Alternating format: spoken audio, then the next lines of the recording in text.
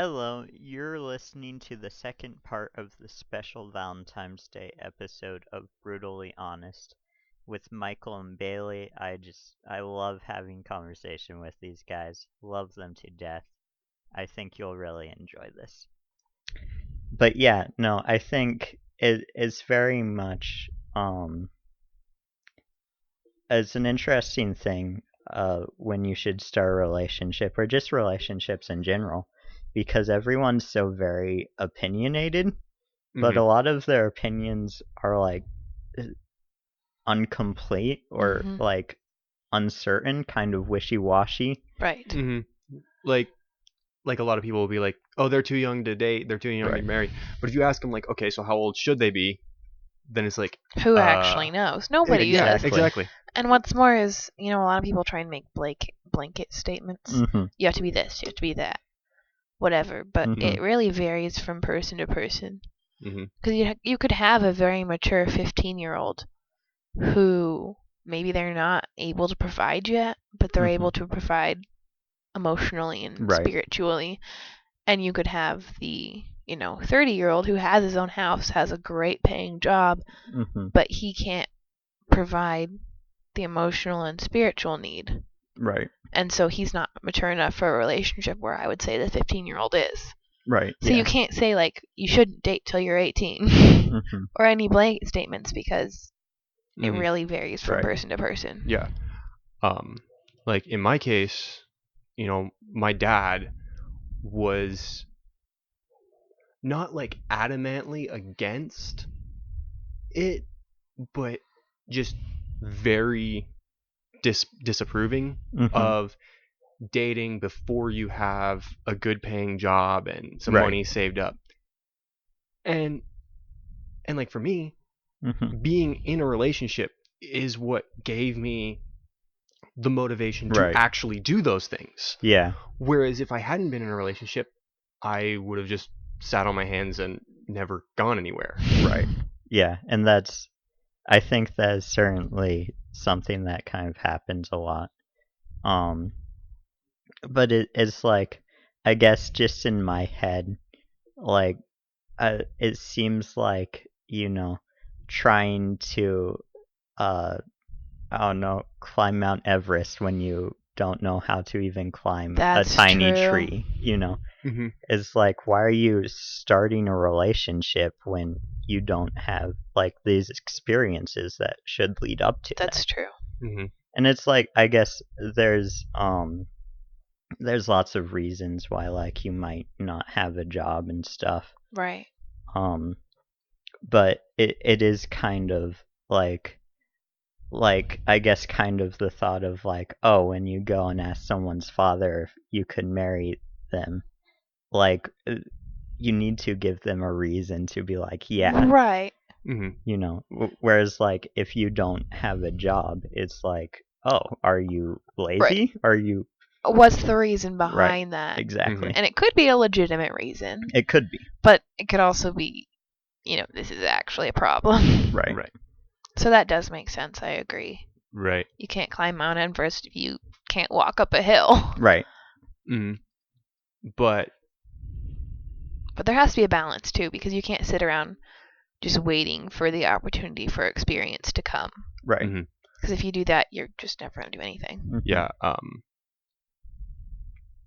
In some ways, at least in my head, relationships are one of those job type things that they fall into a category with parenting in my head. Okay. Because like parenting is a job that you don't really get any training for until you actually are in the middle of it. Right. Like you can't learn how to be a parent really until you are one. There are things you can do to prepare for that. There are things you can learn. But you're never actually going to fully grasp everything until you're in the middle of it. Yeah. That's true. And that's kind of the hard thing in my life that I've seen, is like, I'm like, oh, I wanna be prepared for everything. I wanna know like that I'm gonna be able to do everything well. before I get into it. Right. But a lot of times that's just not possible. Yeah. Right. You have to be in the middle of it before you can get good at it. Which exactly. is where the element of trusting God really plays into it. Right. Because you have to trust him to fill in the gaps where you can't do everything correctly. Yeah, and I think for if there's people like me that are listening to this, I think a lot of it is like, you know, like I said earlier, you make a mistake, it's not actually a loss because you're able to use that mistake moving forwards. And people are probably a lot more forgiving than you think they are when it comes to making mistakes. Like, you know, if people were actually as cold-hearted as I tend to think they are in my brain, like I would have no friends at this point. Like, and it's weird because when I think about logically, it's like, oh yeah, like people do the same stuff to me or like mess up with me and it's no problem. Right. But then once I do it, I'm like, oh no, they're like, I'm done. They're gonna hate me. Yeah, they're gonna throw me off a bridge or something. Right. Yeah. Throw me in a lake. Yeah. Back to relationships. Yep. That was a joke because I signed a contract that once I start dating, people are gonna throw me in a lake. Yep. And I signed it too. He did when he was already in a relationship. So yeah, maybe not the brightest decision I ever made. We were talking about that a while ago. We were like, why did he do that? Like, he literally could have just walked. You could have gotten out of it. Do you know how to calculate the IQ of a mob? No. You take the average IQ of the people in the mob, and divide it by the number of the people in the mob. So if you have a mob of 50, the IQ of the mob is 2. Oh, gotcha. So you're saying you were just a sheep? Yes. Okay. The Bible says we're all peer sheep. pressure. Exactly. We were like, sign it. No. No, actually, everyone else was doing it, so I thought it was a good idea. That's like when your dad's like, if all your friends jumped off a bridge, would you jump off a bridge too? Yes. No, how many mattresses are there? No, but it's interesting, and we can talk about this just because I want to explain. But contract lake thing, I think is actually very smart because it gets people to not be in relationships unless they're actually gonna mean it. You know? Right. Right. Like you're not gonna go on a date with someone unless you're actually willing to get thrown in the lake. Right. Yeah. Exactly. And for the record, I hate getting thrown in the lake. I hate being in the water in general, especially when I'm being thrown in there and I don't have control. Oh yeah, me too. I'm not looking forward to it. Yeah. I wouldn't mind getting thrown in the lake. Well, you should go on a date then. I've been on several. 1 or 2. Yeah. For the record, it was a male contract. Yeah. That's why Bailey never got thrown. I know, we were gonna maybe make like a female version, but I don't think anyone ever did. And I don't know what it was gonna be. It was gonna be weird though. I heard about that. Something about snow. Yeah, maybe like being And whitewashed. some of the guys got kind of irritated because they were just basically copying us, which I honestly don't. That's petty. Yeah, I feel like that should. I'm sorry, it is. I mean, copying is the highest form of flattery. Yeah, imitation is the sincerest form of flattery. Like. Anyways. Yeah. I don't know. I think that is kind of making a big deal out of something that's mainly just a joke anyway. Right. Like I don't know. Mm-hmm. But yeah, lakes. I'm not looking forward to being thrown in. Mm-hmm. Maybe I will someday. Yeah. Maybe not, and that's fine too. Yeah. That's also something that was touched on in the last episode. Was, not everyone has to be married. That's true. Mm-hmm. The Bible makes that very clear, but for some reason, lots of Christians still tend to act like everyone should. I don't get it. Yeah. A lot of people act like single Christians are second-class Christians in some ways. Right. Especially for females. Like, I mean, it's definitely a little bit for males too. But for females, there's very much this pressure of, oh, you gotta get married, have a kid, and that's your life. That's the life God planned out for you, obviously. Which, if you look in the Bible, it is very a woman's place is, with her husband. Right. And so that is a biblical concept. But you also see women like, I just forgot. Who's the the mother-in-law of the one who marries Boaz? Naomi. She was married. Her husband died, but she still had a place, and she still was bringing up Ruth. Yes.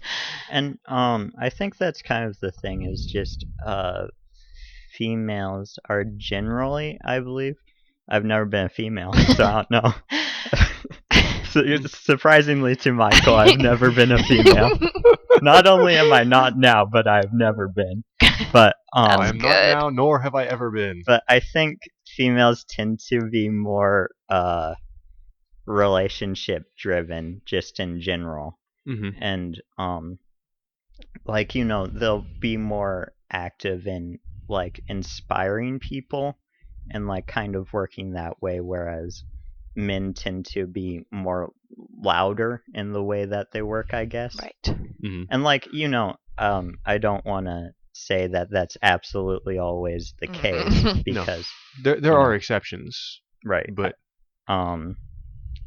it is, and I think a part of that is also the reason that females generally tend to want relationships more. Well, I think it's just like the way God designed them. Right. They're designed to have that relationship. And then like looking at it from a Bible Times perspective, one of the reasons that the Bible pushes women being married specifically is because in that culture, and even really today, guys can handle being on their own a little bit better. Right. Whereas women traditionally need a guy to protect them. And the Bible is big on protecting women and taking care of them. Right. And so I think that's one of the reasons that the Bible pushes that, and then our society picked up on that, and that's why being, a spinster. And I remember one movie I was watching, it was made, I don't know, 60, 70 years ago, somewhere in there. And there was a character in it who was like freaking out because she was like 22 years old and unmarried. And she was going to be an old maid. Oh no. 22 and not married? Yeah. Oh boy. I think that's a sin. Yeah. How could you? Yeah. And that was the culture, and that's where we got our culture. Except for that, really, our culture is going the exact opposite these days. Well, that's the funny thing, is like they pretend to go one way, and then all of a sudden they'll switch on you. Oh yeah, no, it's like every single thing is inconsistent in the way the general public work. It's like, oh yeah, being a women power, yay, we're feminists, but at the same time, the women should pretend to be men, and that's completely fine. Right. The way you become a empowered, fulfilled woman is by being a man. Right. Which is ridiculous. Because I, honestly, growing up, I always felt the pressure to be, like, the strongest and the least girly and, just this, like, pressure from kind of everyone, really. And I don't think that's right, personally. Not saying that you have to be, the you have to be the girl that, you know, wears her pretty dresses and whatever and stays home and washes dishes and, you know, whatever. But I also don't think it should be the opposite, where you have this pressure that you have to be independent and, you know, never have any help and headstrong. And I am headstrong. I'm very stubborn, but I don't have to be that way. That's just the way I am. Right. And I shouldn't have ever felt the pressure to be anything other than I am. Right. And so I think that's where society, the church, like, even if I look at my group of female friends, there's this pressure to be the tough guy. Mm-hmm. Which is really a male thing, and I don't really understand why that's our thing now. Because the feminists are pushing, you know, that being masculine is the ideal, basically. Right. And so it's hard to find a balance between the biblical basis, where you rely almost entirely on your husband, and today's culture. Yeah. Yeah, no, it's interesting. Do you think, Michael, would you say that there is, like, as much of a, what's the word? Like a pushing to be a certain thing for us as guys? Yeah. Like, it's funny because you have, like, for guys, you have the two diametrically opposites. You have, like, the whole, sweet, caring, gentle guy that's in a lot of ways very feminine. You know, very emotional and understanding and all of that. But then you look at, like, the guys' magazines and you see these dudes who are, like, built and ripped. And they all look like me. Exactly. Yeah, exactly. You took the words right out of my mouth. Especially when I had my beard. Yeah. Yeah. And I mean, to a certain extent, that's actually traditional, because, like, when C.S. Lewis was talking about chivalry and he was taking the knight, you know, he was like, okay, the knight had to be fearless and powerful and, you know, ferocious on the battlefield, but then he had to be able to walk into the courtroom, take off his armor, dance with the ladies, converse with them, play music, sing, whatever. And he had to be both men. Right. And so in a certain respect, that is traditional. But in today's culture, it's like you have to be one or the other. Oh, yeah. Yeah. And then they vilify the one. You know, the male chauvinist. Right. And see, that's another thing where they contradict each other. What do they want men to be? Because, like, clearly they want them to be both, but they can't be both. And, like, I mean, they can, but it's like they don't want them to be both. Right. At the same time, and it doesn't make sense. Yeah. But it's like, you get it where it's like, oh, you know, like, people, like, shun those who aren't manly enough. Right. But then once they're too manly, then they're too manly. Right. And it's like, you know. Where's the in-between? Yeah. Which is why you go straight back to the Bible, where, you know, the husband is commanded to take care of his wife, but he's also commanded to love her. Right. He who does not take care of his family is worse than an unbeliever, and husbands, love your wives. That's the other thing is, when I think of manly people from the Bible, King David, what a man. Killed lions, and he was a king. He led over armies and wrote poetry. Right. Right. Right. Exactly. Right. He wrote poetry. He wrote songs. He played music. Yeah. He's right there. It's like in both of them. Yeah, it's like if you combine Jack the Giant Slayer and Alan Adale. Yeah. Which is funny because when you think of Alan Adale, most people don't realize he was just as good of an archer as the rest of the merry men. Right. You know, he could fight as well as any of them, but he could also sing and play music. Also used his guitar, or lyre, if we're being technical about it, has a bow in the animated version. Yeah, and something else, if you look at the old traditional ballads, a lot of the merry men sang and played instruments. Like, they didn't do it as good as Alan a Dale, but they did it. Right. Because they still had this conception that a guy was supposed to be not just strong and fearless and brave, but also compassionate and intelligent and able to compose music and sing songs and just do all of that stuff. Right. Yeah, and I guess that's kind of, I think, where the difference might lie between, like, I guess, a biblical man and what the world wants you to be man, is the world doesn't want you to be either, and the Bible wants you to be both. Right.